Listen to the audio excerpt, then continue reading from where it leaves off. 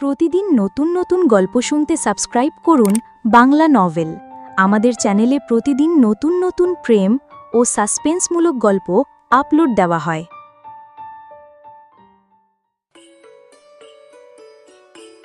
দুপুর 1টা। ঢাকা এয়ারপোর্টের সামনে দাঁড়িয়ে আছে এমির। ব্লু প্যান্ট, সাদা শার্ট পরিহিত, চোখে কালো সানগ্লাস, হাতে ফোন সোজা গেটের দিকে তাকিয়ে দাঁড়িয়ে আছে, এদিক ওদিক তাকাচ্ছে। ঠিক তখনই হঠাৎ একটু দূর থেকে দৌড়ে আসতে দেখা গেল একজনকে। পরনে তার কালো প্যান্ট, সাদা শার্ট, হাতে তার ট্রলি আর তার উপরে ব্লেজার ভাঁজ করে রাখা। তানভীর দৌড়ে এসে জড়িয়ে ধরে এমিরকে বলে, বাপরে, অবশেষে দেখা হইল। দীর্ঘ 3 মাস পর দেখা দোস্ত, কি খবর রে তোর? এমির পরনের সানগ্লাসটা খুলে গম্ভীর হয়ে তানভীরের উদ্দেশ্যে বলে, এমির, সম্মান দিয়ে কথা বলবে আদাব, ভুলে যাস না আমি তোর স্যার হয়, আমার আন্ডারে তুই কাজ করিস। তানভীর অবাক হয়ে ভ্রু কুচকাল সাথে সাথে দুইজনেই জোরে জোরে হেসে উঠল।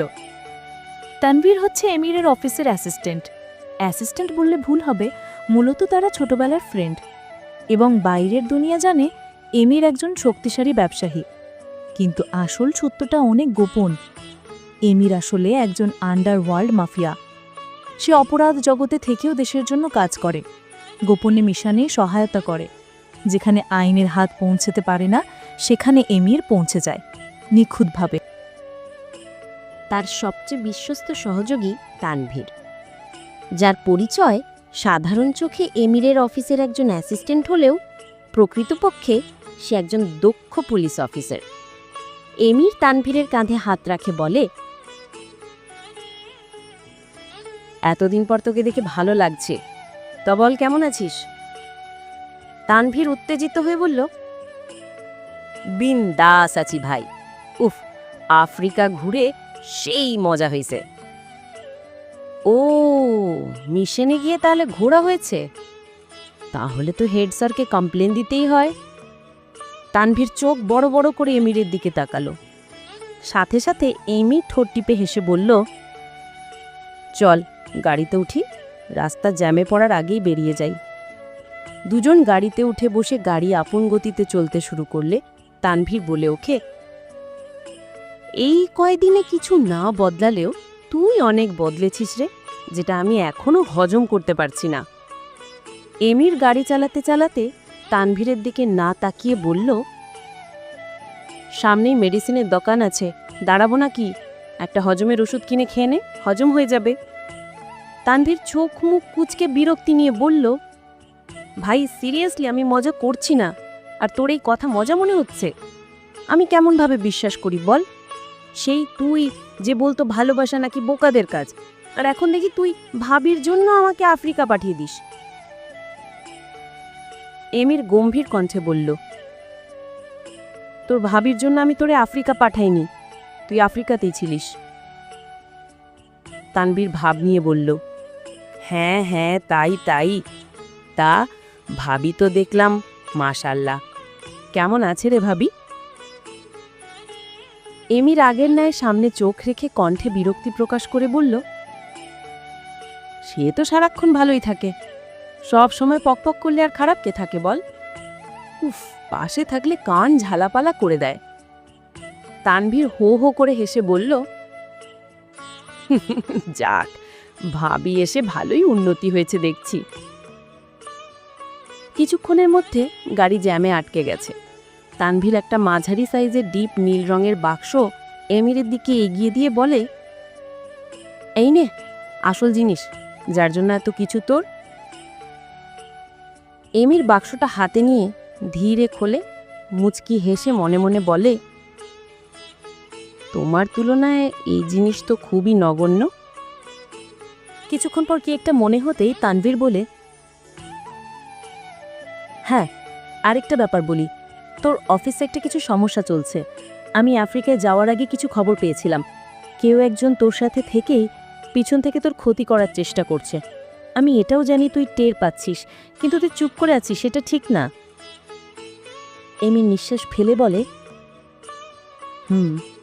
কিন্তু সব কিছুর একটা নির্দিষ্ট সময় থাকে, সময় হোক ঠিক সামনে চলে আসবে। আচ্ছা, পরে নিয়ে বসা যাবে।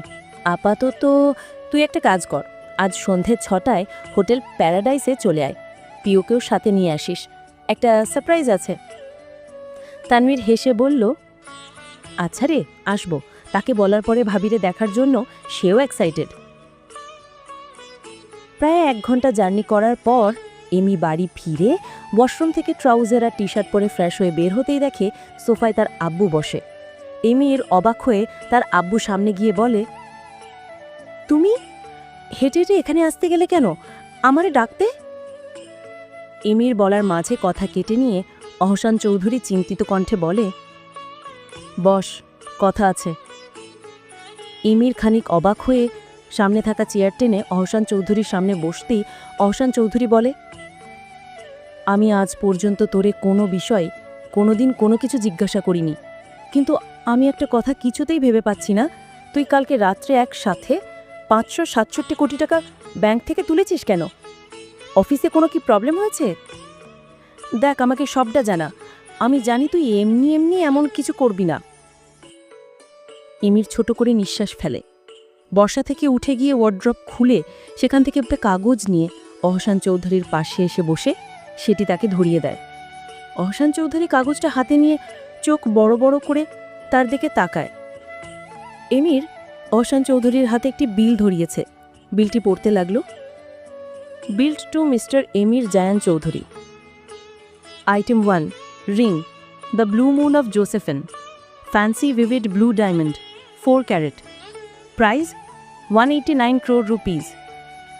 Item 2, necklace, same diamond, 8 carat, price 378 crore rupees. Total 12 carat, total price 567 crore rupees. অহসান Chowdhury চোখ বড় বড় করে এমির দিকে তাকিয়ে অবিশ্বাস্য কণ্ঠে বলে, this is the most expensive and rare diamond in the world, the Blue Moon of Josephine, really? Emir মাথা চুলকাতে চুলকাতে মুচকি হাসি দেয়। অহসান চৌধুরী হো হো করে হেসে বলে, good choice, I am proud of you my son. তা আরিসের কাছে শুনালাম আজ নাকি তার জন্মদিনটা এমন ভাবে, আর কতদিন, বিয়েটা তো করে ফেলে বার। এমির ছোট কামড়িয়ে বলে, সময় হোক। তোমার হবু বৌমা যে এই বিষয়ে পুরাই অবগত, উল্টো তার ভাবসাব দেখে মনে হয় সে আমার উপর খুব বিরক্ত। অহসান চৌধুরী হেসে সোফা থেকে উঠে ধীরে ধীরে পা বাড়িয়ে চলে যেতে যেতে বলে, তাহলে দেখছি আমারই কিছু করার লাগবে, তোর দ্বারা হবে না। নরম তো হতে জানিস না, কঠোর ব্যবহার করলে লোক তো আর মুখে এসে আর মিষ্টি দেবে না। আপাতত মিষ্টি থাক। সকালে আরিসের কাছে ফারিয়া বিরিয়ানি পাঠিয়েছিল, কিচেনে তোর মা গরম করে সার্ভ করছে, যা গিয়ে খেয়ে নে। ভার্সিটি থেকে বাড়ি এসে ফ্রেশ হয়ে রেডি হয়ে যায় ফারিয়া। পরনে তার একটি নর্মাল অথচ গর্জিয়াস গোল্ডেন রঙের বোরখা, সাথে ম্যাচিং করে গোল্ডেন কালারের হিজাব পরেছে। সম্পূর্ণ রেডি হয়ে আয়নার সামনে দাঁড়িয়ে নিজেকে ভালো করে পর্যবেক্ষণ করে। ড্রয়ার থেকে লিপস্টিক নিয়ে হালকা ঠোঁটে লাগিয়ে দেয়, তারপর কাজল নিয়ে চোখে টানাটানা করে লাগিয়ে দেয়। ফারহাদ ঘরে আসতে আসতে ফারিয়া ডাক দেয়। ফারহাদ তার শার্টের হাতা গোটাতে গোটাতে আসছিল। ফারিয়ার দিকে তাকাতেই তার মুখ হাঁ হয়ে যায়। চোখ বড় বড় করে ফারিয়ার দিকে এগিয়ে এসে তার মুখের দিকে স্থির দৃষ্টিতে চেয়ে থাকে। এরপর অবিশ্বাস্যের মতো ভঙ্গিমা করে ফারিয়া তার পাশে একবার গোল করে ঘুরে নেয়। ফারিয়া এতে অনেক ইতস্তত বোধ করে, সাথে তার বিরক্তও লাগে। কিছু বলতে যাবে তার আগেই ফারহাদ রসিকতা করে বলল, আরে, কয়লা সুন্দরীর যে আজকে হীরা সুন্দরী লাগছে। ফারিয়া দাঁত কিরমির করে ফারহাদের দিকে এগিয়ে এসে তার সেট করা চুলগুলো 2 হাতের সাহায্যে এলোমেলো করে দিয়ে বলে, আর আমার অতি চালাক ভূতকে আজ হাদা ভূত লাগছে। কথাটা বলেই ফারিয়া বিছানার উপরে থাকা সাইড ব্যাগটা নিয়ে দৌড়ে বাইরে চলে আসে। এদিকে ফারহাদের মাথায় আগুন ধরে গিয়েছে। কতক্ষণ ধরে সে তার চুলগুলো ঠিকভাবে সেট করতে পেরেছে, আর ফারিয়া কয়েক সেকেন্ডের মধ্যে সব নষ্ট করে দিল।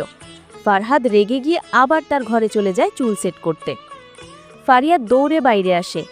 মাহাদিবা খান আর ইশতিয়াক খান দুজনেই সোফায় বসে টিভি দেখছেন আর চা পান করছেন।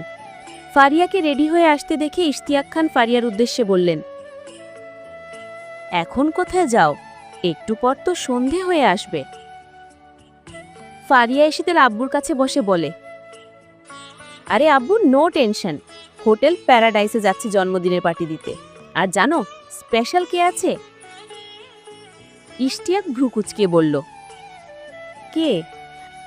আরে মাইশা, অনেক কষ্ট করে রাজি করিয়েছি। ও যে বাড়ি থেকে বেরোবে এটাই অনেক। দেখো এবার আস্তে আস্তে সব ঠিক হয়ে যাবে। ইশতিয়াক হেসে মাথা নাড়লেন। পাশে বসা মাহাদিবা খান বলে উঠলেন, তুই কি একা যাচ্ছিস?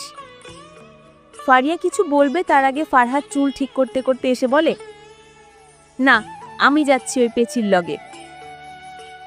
ফারিয়া এমন কথা শুনে উঠে দাঁড়িয়ে ফারহাদের চুল টানতে যাবে, ঠিক তখনই ফারহাদ কয়েক পা পেছিয়ে আঙুলুচি বলে, এই এই এই, একদম না, একদম না। কত কষ্ট করে চুলটা সেট করেছিলাম, তখন 12টা বাজিয়ে দিয়েছিস। এখনও ঠিকঠাকভাবে সেট করতে পারিনি। এখন আর একদম চুলে টাচ করবি না, নইলে আমার থেকে খারাপ কেউ হবে না, বলে দিলাম। ফারিয়া রাগ দেখিয়ে বলে, তাহলে তখন আমাকে এমন বললি কেন? তোকে আসলেই সুন্দর লাগছিল, তাই এমনভাবে বলেছিলাম। কথাটা বলেই ফারহাদ মুখ বাঁকিয়ে কয়েক পা পিছিয়ে ঘুরে দাঁড়ায়। ফারিয়াও শুনে মুখ বাঁকায়। এদিকে ইশতিয়াক খান মুচকি হেসে ফারিয়াকে বলেন, একা যাওয়ার কি দরকার ছিল? ফিরতে তো রাত হয়ে যাবে। এমির নয়, আরিশ, কাউকে নিয়ে যেতে বলতিস। ফারিয়া আরো বিরক্ত হয়, বিরক্তি ভরা কণ্ঠে বলে, উফ আব্বু, প্লিজ চুপ করবে? যখন দেখো তখন মুখে ওদের নাম লেগেই আছে। সব সময় কি ওদের বললে হয়? কে হয় তারা আমাদের? পরিচিতের খাতিরে বলেছে তাই বলে কি সবসময় তাদের সাহায্য নিতে হবে? সারা জীবন তো এমনভাবে চললে হবে না। তাদেরও তো পার্সোনাল লাইফ বলে কিছু আছে। দেখো, আজকে আমি ঝগড়া করতে চাই না। আমার সাথে ফারহাদ যাচ্ছে, আমরা ঠিক সময়ের মধ্যে নিরাপদে বাড়ি ফিরে আসব, ব্যাস, ক্লিয়ার। ফারিয়ার চেঁচিয়ে বলা কথা শুনে মাহাদিবা খান ইশতিয়াক খানের হাতের উপর হাত রাখলেন, ইশারায় মাথা নাড়ালেন। তিনি ভাবলেন, আসলে এমনভাবে সবসময় হেল্প নেওয়া ঠিক না। পরিচয়ের খাতিরে বলতেই পারে, তাই বলে কি সবসময় তাদের আশায় বসে থাকলে হবে? আর এমির আরিশ, এদের সঙ্গে তার খুবই সুন্দর সম্পর্ক, যার কারণে কখনোই তাদেরকে কোনোদিন পর লাগেনি। এইসব ভাবনা থেকে বের হয়ে ইশতিয়াক খান ফারিয়ার দিকে তাকান। এতক্ষণ পর মেয়ের মুখটা বেশ ভালোভাবে পরখ করলেন। রেগে থাকার কারণে নাকের মাথাটা লাল হয়ে আছে। ইশতিয়াক খান হেসে বললেন, মাশাআল্লাহ, আমার নূরকে তো আজকে পুরো নূরের মতন লাগছে। আব্বুর এমন কোমল কণ্ঠে বলা কথায় ফারিয়া মুহূর্তেই গলে গেল। ঠিক তখনই পিছন থেকে ফারহাদ বলে ওঠে, হ্যাঁ হ্যাঁ, সব সময় মেয়েকেই বল। তোমাদের যে একটা ছেলে আছে তার কথা কি ভুলে গেছো? একবার আমার দিকে তাকিয়েও তো দেখতে পারো। কোনো দিক দিয়ে কম লাগছে নাকি আমায় যে চোখে পড়ে না? মাহাদিবা খান হাসলেন, উঠে গিয়ে ছেলের সামনে দাঁড়িয়ে ছেলেকে পরখ করলেন। পরনে তার সাদা কালারের ব্যাগি জিন্স আর খয়েরি কালারের শার্ট পরিহিত। গায়ের রং ফর্সা হওয়ায় খুব সুন্দর মানিয়েছে। মাহাদিবা ছেলের মাথার ওপর হাত বুলিয়ে বললেন, মাশাল্লাহ মাশাল্লাহ, আমার একদম রাজপুত্র লাগছে। ফরহাদ হাসবে কি কাঁদবে কিছু বুঝে উঠতে পারছে না। মনে মনে ভাবল, কি দরকার ছিল বলার? না বললে তার মা উঠে এসে আবার তার চুলটা খারাপ করতো না, আর মায়ের ওপর তো সেই রাগ ঝাড়তেও পারবেন না। তাই কোনো রকমে নিজেকে সামলে ফারিয়ার দিকে তাকিয়ে বলে, যাবি নাকি? আমি চলে যাব। কথাটা বলেই ফারহাদ আবার চুল ঠিক করতে করতে হাঁটা দেয়। পিছন পিছন ফারিয়া, এই দাঁড়া আসছি, কথাটা বলে দৌড় লাগায়। যা দেখে মাহাদিবা এবং ইশতিয়াক খান হেসে ফেলেন। প্রথমে একটা রিক্সা নিয়ে তারা দুজন মাইশাদের বাসায় আসে। তারপর সিএনজি নিয়ে বেরিয়ে পড়ে হোটেল প্যারাডাইসের উদ্দেশ্যে। 6টা বেজে 15 মিনিটে তারা তিনজনই পৌঁছায় হোটেল প্যারাডাইসে। তারপর লিফটে করে চলে যায় একেবারে রুফটপে। ছাদে পৌঁছতেই ফারিয়া আশেপাশটা ঘুরে ঘুরে দেখে। তখনই হঠাৎ করে চোখ যায় কর্নার টেবিলে বসা আরিশ, এমি এবং সাথে থাকা একজন মেয়ে ও আরেকটা অপরিচিত ছেলের দিকে।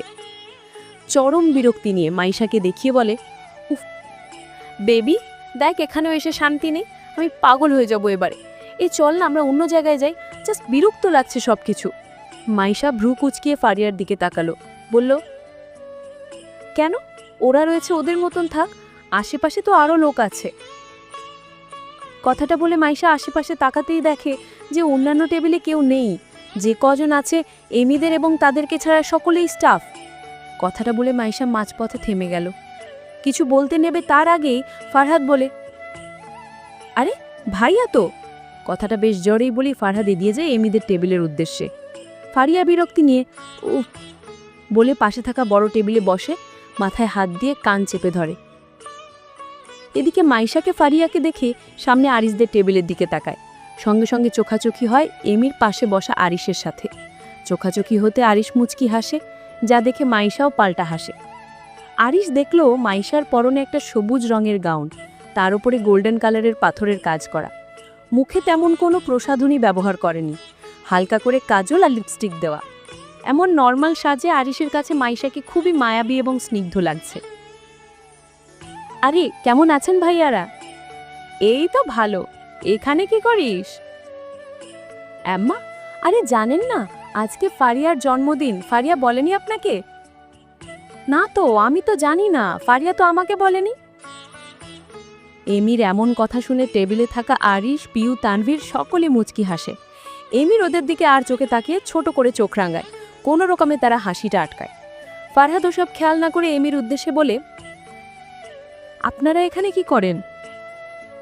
এই আমার ফ্রেন্ড তানভীর আজ বিদেশ থেকে ফিরেছে, তাই সবাই মিলে একটু আড্ডা দিতে এসেছি। ফারহাদ কথাটা শুনে তানভীর ও পিউর দিকে তাকিয়ে মুচকি হাসে, তারপর সকলের উদ্দেশ্যে বলে, আপনারা যদি কিছু মনে না করেন তাহলে চলেন আজকে আমরা সবাই মিলে এনজয় করি। আমি কোনো কথা শুনতে চাই না।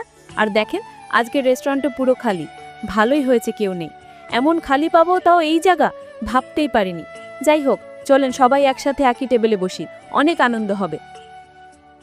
এমন কথাই এমি বাদে তারা তিনজনে মুচকি মুচকি হেসে একে অপরের দিকে তাকায়। আরিশ ফিসফিস করে বলে, যাক, ভাইয়ের কাজ আরও সহজ হয়ে গেল। সালাটার জোস। তা তুই যে এত বড় রেস্টুরেন্ট একদিনের জন্য ভাড়ায় নিয়েছিস, সেটা একটু শুনিয়ে আসি নাকি? নয়তো বেচারা ভাববে যে সত্যি সত্যি আজকে কেউ আসেনি। এমির চোখ রাঙিয়ে উঠে চলে যায়। পিছন পিছন তারা তিনজনেও যায়। তানভীর চেয়ার টেনে বসতে বসতে বলে, আসসালামু আলাইকুম, কেমন আছেন ভাই? ফারিয়া। তানভীরের কথা শুনে এমির আরিশ দুজনেই তার দিকে তাকায়। পা থেকে পিউ কাঁধে ধক্কা দেয়।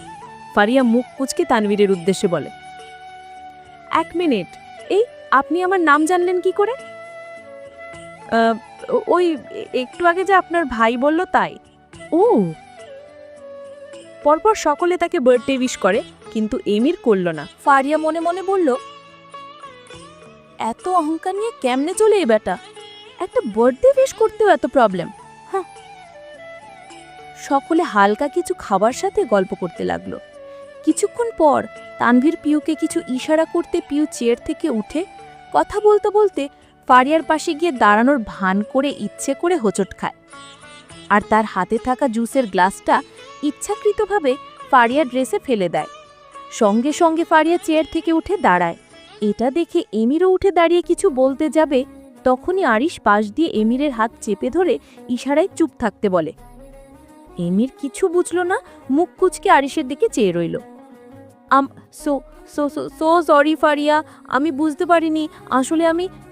পিউকে আর কিছু বলতে না দিয়ে ফারিয়া বলল, সমস্যা নেই আপু, এক কাজ করি, আমি বরং দেখি ওয়াশরুমে গিয়ে কিছু ঠিক করা যায় কিনা। ইস, আমি তোমার বার্থডে ড্রেসটাই খারাপ করে দিলাম। এখন কি হবে? এটাতে পুরো ভিজে গেছে, কিভাবে কি করবে? আরে আরে, আপনি থামেন, আমি দেখছি ওয়াশরুমে গিয়ে কিছু ব্যবস্থা করা যায় কিনা। না না, এইটা হতে পারে না। তোমার বার্থডেটা ড্রেসের জন্য আমি খারাপ হতে দেব না। তুমি বরং এক কাজ করো। কথাটা বলে পিউ এমিরের দিকে তাকিয়ে বলে, এমির ব্রো, আর তুমি যে ড্রেসটা কিনেছিলে আজকে, ওই ড্রেসটা দাও তো। ফারিয়ার নাক মুখ সিটকে বলল, মানে উনি ড্রেস এনেছে? এমির অপ্রস্তুত হলেও কণ্ঠে দৃঢ়তা বজায় রেখে বলল, তোমার জন্য আনিনি, আমার হবু বউয়ের জন্য এনেছিলাম। সবসময় উল্টোপাল্টা ভাবো কেন? পিউ, তানভীর, আরিশ তিনজনই দাঁত মুখ সিটকে বিরক্তি নিয়ে এমিরের দিকে তাকায়। আরিশ মনে মনে ভাবে, সালা, এই ছেলের একদম রুচি নেই। এই ড্রেসটা পরানোর জন্য এত প্ল্যান করলাম, এখন প্ল্যানটা না নষ্ট করে হয়। এমিরের কথায় ফারিয়া মনে মনে ভাবল, এই ছেলের আবার গার্লফ্রেন্ড আছে? কে সেই মহিলা, আমি তাকে একটু দেখতে চাই। এই গোমরা মুখকে কিভাবে সহ্য করে? বিয়ের পরে যে রোম্যান্স করবে তারও কিছু আছেই ছেলের মধ্যে। হ্যাঁ, নিরামিষ কুমির কোথাকার। তারপর ভাবনা থেকে বেরিয়ে এসে পিউর উদ্দেশ্যে বলে, না না, আমি ওই ড্রেস পরবো না, আমি এটাই ওয়াশরুম থেকে ক্লিন করে নিয়ে আসছি। পাশ থেকে ফারহাদ এবং মাইশা দুজনে সম্মতি জানালো। হ্যাঁ, কিন্তু পিউ নাছরবান্দার মতো তর্কে লেগে রইল। অবশেষে বলল, আচ্ছা তুমি ওই ড্রেসটা পরে নাও, আমি এমিরকে টাকা দিয়ে দেব। আপাতত জন্মদিনের জন্য আমার পক্ষ থেকে একটা ছোট্ট গিফট হিসেবে নিয়ে রাখো, প্লিজ। না করবে না, একদম না। ফারিয়া ছোট করে নিঃশ্বাস ফেলল। না, এই মেয়ের সাথে পারা যাবে না। কথা বললে কথা বাড়বে, তার থেকে ভালো ড্রেসটা পরে নি। আর যেহেতু বলছে যে পে করে দেবে আর এটা জন্মদিনের একটা গিফট, তো সেক্ষেত্রে নেওয়াই যায়। ফারিয়ার সম্মতি দিলে মাইশা আর পিউ দুজনেই ফারিয়ার সঙ্গে ওয়াশরুমে যায় ফারিয়াকে রেডি করাতে। কিছুক্ষণ পর ফারিয়া রেডি হয়ে আসে। তখনই হঠাৎ করে কিছু পড়ে যাওয়ার শব্দে সকলে পিছন ফিরে তাকায়। দেখে এমিরের হাতে থাকা জুসের গ্লাস এবং ফোন দুটোই মাটিতে পড়ে আছে, এবং এমিরের দৃষ্টি ফারিয়ার দিকে স্থির। হোটেলে আসার সময় সকলের জোড়াজুড়িতে এমির শপিং মলে গিয়ে বাধ্য হয়ে ফারিয়ার জন্য এই ড্রেসটা নিয়ে আসে। এমনিতে সে আজ পর্যন্ত কোনোদিন কোনো শপিং করেনি, তাই শপিং মলে ঢুকেই সামনে ড্রেসটা দেখে সে কিনে নিয়ে আসে। কিন্তু ফারিয়াকে পরে যে এতটা সুন্দর লাগবে সেটা এমির ধারণাও করতে পারেনি। লাল কালারের লং গাউন পরিহিতা ফারিয়া, মাথায় সেই আগের গোল্ডেন কালারের হিজাব, নীল চোখে টানা টানা কাজল, ঠোঁটে হালকা লাল লিপস্টিক। যে কেউ দেখলে চোখ ধাঁধিয়ে যাবে। মানুষ কি এত সুন্দরও লাগতে পারে? একেবারে কল্পনার বাইরে। সেখানে উপস্থিত স্টাফ থেকে শুরু করে সকলের দৃষ্টি ফারিয়ার দিকে স্থির। এমিরের হাত থেকে গ্লাস এবং ফোন পড়ে যেতে দেখে আরিশ তানভীর দুজনেই ছুটে আসে এমিরের কাছে।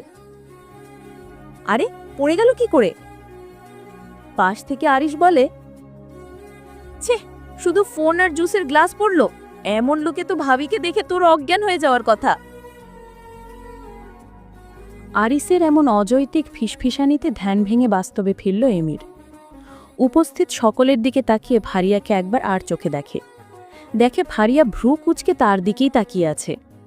যা দেখে এমির শুকনো ঢোক গিলে মাথা ঘুরিয়ে আশেপাশে সবকিছু পরখ করে। পাশে থাকা তানভীর আর আরিসের দিকে তাকাতেই তানভীর পরিস্থিতি সামলাতে এমিরের উদ্দেশ্যে বলল, দেখে চলবে তো, এমন শুকনো ডাঙায় কেউ হোঁচট খায়? কথাটা বলতে বলতে নিচু হয়ে এমিরের ফোন তুলে তার হাতে দিয়ে আবারও বলল, চল সবাই গিয়ে বসি, কেক কাটিং করতে হবে তো। তখনই আরিস আশেপাশে তাকাতেই দেখল কিছু ওয়েটার নিজেদের মধ্যে ফিসফিসিয়ে ফারিয়াকে নিয়ে কিছু বলছে। যা দেখে সে এমিরকে আস্তে করে বলল, ভাই, অবস্থা কিন্তু বেগতিক। দেখ, হোটেলের স্টাফরা ভাবির দিকে কিভাবে নজর দেয়। এমির চোয়াল শক্ত করে বলল, জীবনে তো কোনো দিন দেখিনি, তাই দেখছে। থাক, দেখার জিনিস দেখতে দে। আজ প্রথম, আজই শেষ। এমিরের এমন কথায় আরিশ চোখ বড় বড় করে তানভীরের দিকে তাকাতেই দেখল সেও আরিসের দিকে তাকিয়ে চোখ বড় বড় করছে। এমির দৃঢ় কণ্ঠে বলল, তোরা থাক, আমি 5 মিনিটে আসছি। কথাটা বলে এমির চলে গেল। আরিস তানভীরের দিকে তাকিয়ে তার কাঁধে হাত রেখে সামনে এগোতে এগোতে বলে, জন্মের দেখা আজ দেখিয়ে দেবে ভাই। শালাদেরও বলি, একটু সুন্দরী মেয়ে দেখলেই ময়না ছলাৎ ছলাৎ। বোঝ থেলা এবার। কিছুক্ষণ পর এমির এসে চেয়ারে বসে, তবে তার দৃষ্টি ফোনের দিকে স্থির। একবারের জন্যও সামনে বা ফারিয়ার দিকে তাকাচ্ছে না।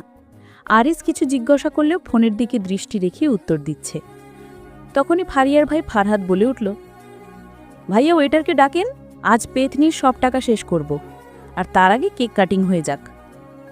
ফারহাদের পেতনি বলায় ফারিয়া কটমট করে ফারহাদের দিকে তাকালো, তবে এত মানুষের সামনে কিছু বলল না। এমির এবার ফোন থেকে চোখ তুলে ফারিয়ার মুখটা একবার পরখ করেই আবার দৃষ্টি রাখল ফোনের দিকে।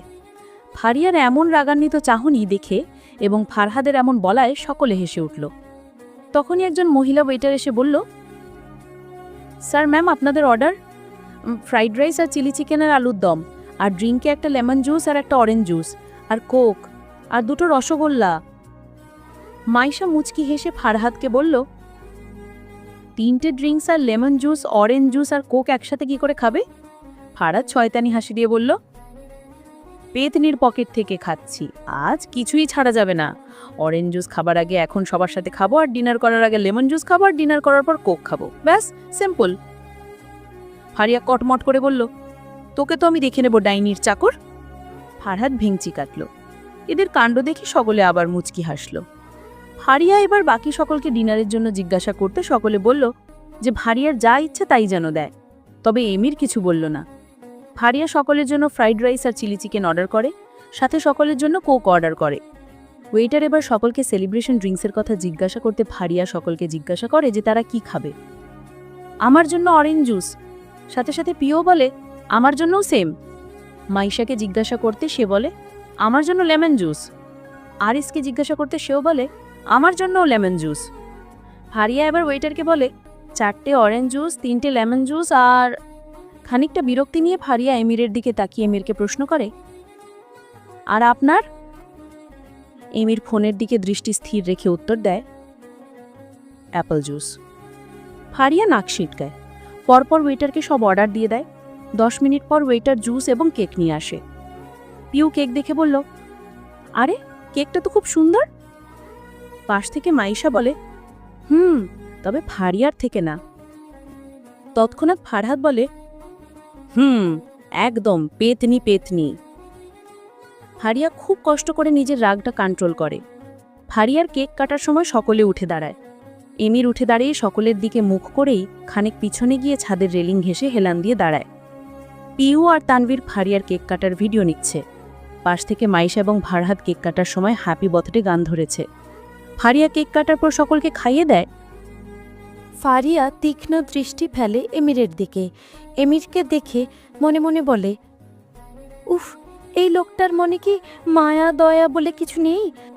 দেখছি আমি কেক কাটছি, একটুখানি এখানে আসলে কি হতো? কথাটা বলেই মুখ বাঁকায় ফারিয়া। সে কি ভেবে এক টুকরো কেক নিয়ে এমিরের সামনে যায়, গিয়ে তার মুখের সামনে ধরে। এমির ফারিয়ার এ হেন কাণ্ডে চোখ তুলে তার দিকে তাকাতেই ফারিয়ার চোখের সাথে চোখ মিলে যায়। ফারিয়া খানিকটা অপ্রস্তুত হয়, সাথে তার হাতটাও কেঁপে ওঠে। এমির দেখে ফারিয়ার ঠোঁটের কোণায় কেক লেগে আছে। এমির ফারিয়ার ঠোঁটের দিকে চেয়ে তৎক্ষণাৎ মুখ ঘুরিয়ে হাত শক্ত করে মুঠো বেঁধে নিজেকে কন্ট্রোল করে ফারিয়ার পাশ কাটিয়ে চলে যায়। ফারিয়া মনে মনে বলে, সালা এমিরের বাচ্চা কুমির, একটুকরো কেক খেলে কি তোর গাল পচে যেত? বেয়াদব কোথাকার। ফারিয়া পিছন ঘুরে টেবিলের কাছে আসতেই দেখে যে যার মতন জুসের গ্লাস হাতে নিয়ে ছাদের চারিপাশ ঘুরে ঘুরে দেখছে। তানভীর পিও তো সেলফি তোলায় ব্যস্ত, ফারহাদ জুস খাওয়াতে আর ছাদের কিনারে চেয়ারের ওপর বসে অন্য চেয়ারে পায়ের ওপর পা তুলে ফোনে গেম খেলায় ব্যস্ত। ফারিয়া দেখল এই ক্যাফের ওপরে একটি মিনি ছাদ আছে। সেই ছাদের সিঁড়ির ওখানে দাঁড়িয়ে আরিজ আর মাইশা কথা বলছে। ফারিয়া সেই দিকে তাকিয়ে কিছু একটা ভাবল। তারপর সে ঘুরে ঘুরে ছাদটা দেখতে লাগলো। ছাদের সাইডে কাউন্টারের কাছে আসতেই দেখে যে সেখানে সবকটা মেয়ে স্টাফ। ফারিয়া খানিক অবাক হলো যে কিছুক্ষণ আগে এখানে ছেলে স্টাফরা ভর্তি ছিল। সে বেশিক্ষণ চিন্তাভাবনা না করে এই কথা বাদ দিয়ে পুরো ছাদটা ঘুরে ঘুরে দেখতে লাগলো। ছাদের এক অন্ধকার গলির সামনে এসে দাঁড়ালো ফারিয়া। দাঁড়িয়ে আকাশের দিকে তাকিয়ে চাঁদটা ভালোভাবে দেখতে লাগলো। এখান থেকে চাঁদটা বেশ ভালো দেখতে পাচ্ছে সে। হঠাৎ হাতে কারোর টান অনুভব করতেই পিছনে ঘুরে অন্ধকারে কিছু বুঝতে না পেরে চিৎকার করতে যাবে। ঠিক তখনই আগন্তুক ব্যক্তিটি তার মুখে হাত দিয়ে মুখ চেপে ধরল। ফারিয়া আওয়াজ করতে লাগলো। আগন্তুক ব্যক্তি অন্য হাতে ফারিয়ার কোমর পেঁচিয়ে তার কাছে টেনে ফারিয়াকে এক হাতের সাহায্যে উঁচু করে অন্ধকার জায়গার মধ্যে টেনে আনল। ফারিয়া তখনও হাত পা ছোড়াছড়ি করে আপ্রাণ চেষ্টা করছে নিজেকে ছাড়ানোর। মনে প্রচুর ভয় কাজ করছে তার। রীতিমতো সারা শরীর কাঁপাকাঁপি শুরু হয়ে গেছে। তার মুখে হাত চেপে রাখায় সে মুখ দিয়ে উ শব্দ ছাড়া আর কিচ্ছু বলতেই পারছে না। হাত দিয়ে আগন্তুক ব্যক্তিটির বুকে জোরে জোরে আঘাত করতে লাগলো। আগন্তুক ব্যক্তিটি এবার ফারিয়ার মুখ ছেড়ে দিল। ফারিয়া কিছু বলতে নেবে তার আগেই ফারিয়ার ঠোঁটের সঙ্গে তার ঠোঁট চেপে ধরল এবং তার হাত দুটি সেই আগন্তুক ব্যক্তিটি তার এক হাত দিয়ে আটকে রেখেছে। ফারিয়া প্রাণ চেষ্টা করেও নিজেকে বাঁচাতে পারছে না। আগন্তুক ব্যক্তিটি ততক্ষণে তার মধুসূধা পানে ব্যস্ত। প্রথমে ধীরে ধীরে কিস করলেও কিছু সময় অতিবাহিত হওয়ার পর ফারিয়া যখন তার সঙ্গে না পেরে উঠে দমে যায়, তখনই আগন্তুক ব্যক্তিটি আরও রাফলি এবং প্যাশনেটভাবে কিস করতে থাকে। আগন্তুক ব্যক্তিটির আরেকটা হাত বিচরণ করছে ফারিয়ার কোমর থেকে তার বুকের ওপর। ফারিয়া না চাইতেও কেঁপে কেঁপে উঠছে। আগন্তুক ব্যক্তিটি তার একটি হাত দিয়ে ফারিয়ার দুইটি হাত তার মাথার ওপর দিয়ে আটকে রেখেছে। প্রায় 10 মিনিট টানা রাফলি কিস করতে থাকার পর আগন্তুক ব্যক্তিটি ছেড়ে দেয়। উপস্থিত দুজনেই জোরে জোরে নিঃশ্বাস নিতে থাকে। আগন্তুক ব্যক্তিটি বাঁকা হাসল। এই অন্ধকার নিরিবিলি জায়গায় নিঃশ্বাস ছাড়া আর কোনো শব্দই ভেসে উঠছে না। খানিকক্ষণ পর আগন্তুক ব্যক্তিটি এক হাত দিয়ে ফারিয়ার পরিহিত হিজাবটা গলা থেকে খানিকটা সরিয়েই সেই হাত দিয়ে ফারিয়ার মুখ আবারও চেপে ছাড়ে এবং গলায় মুখ ডোবায়। ফারিয়ার শরীর ক্ষণে ক্ষণে কেঁপে কেঁপে উঠছে। সে নিজেকে আর শান্ত রাখতে পারছে না। ছাড়ানোর আপ্রাণ চেষ্টা করেও সে একসময় প্রচণ্ড ক্লান্ত হয়ে পড়ে। তার শরীরে আর কোনো শক্তি কাজ করছে না। ফারিয়ার মুখ দিয়ে একসময় উ উ শব্দটাও বন্ধ হয়ে যায়। তবে তার চোখ দিয়ে নিঃশব্দে পানি গড়িয়ে পড়ছে। আগন্তুক ব্যক্তিটি ফারিয়ার গলা থেকে মুখ তুলে আবারও কিস করতে থাকে। তবে এবার অতটা প্যাশনেট নয়। দীর্ঘ 20 মিনিট অতিবাহিত হওয়ার পর আগন্তুক ব্যক্তিটি ফারিয়াকে ছেড়ে সেকেন্ডের মধ্যে অন্ধকারে বিলুপ্ত হয়ে যায়। ফারিয়া ছাড়া পেয়ে জোরে জোরে নিঃশ্বাস নিতে থাকে। এই মুহূর্তে তার সাথে কি হলো পুরোটাই তার মাথার উপর দিয়ে গেল। তবে সে ভেঙে পড়ল না। সে আগন্তুক ব্যক্তিটার সম্পর্কে কিছু একটা আঁচ করতে পেরেছে, কিন্তু সে কিছুতেই মেনে নিতে পারছে না। বারবার তার নাকে ভেসে আসছে সেই চেনা পরিচিত পারফিউম, যেটি সে সেই ভার্সিটিতে প্রথম এমন বিব্রতকর অবস্থায় আঁচ করতে পেরেছিল। আর আজ আবারও, এবং মাঝে আরও অনেকবার। ফারিয়া মাথার 2 হাতের সাহায্যে জোরে চেপে ধরে পরপর কিছু একটা মনে করার চেষ্টা করে। না, এই পারফিউমের ঘ্রাণ আমি বহুবার আজ করতে পেরেছি। তবে কি আমার ভাবনা ঠিক? না না, এমের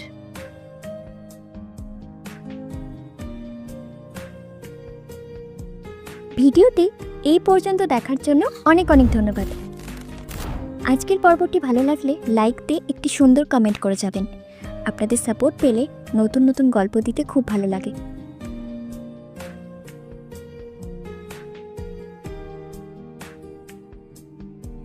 ধন্যবাদ সবাইকে। ভালো থাকবেন, সুস্থ থাকবেন।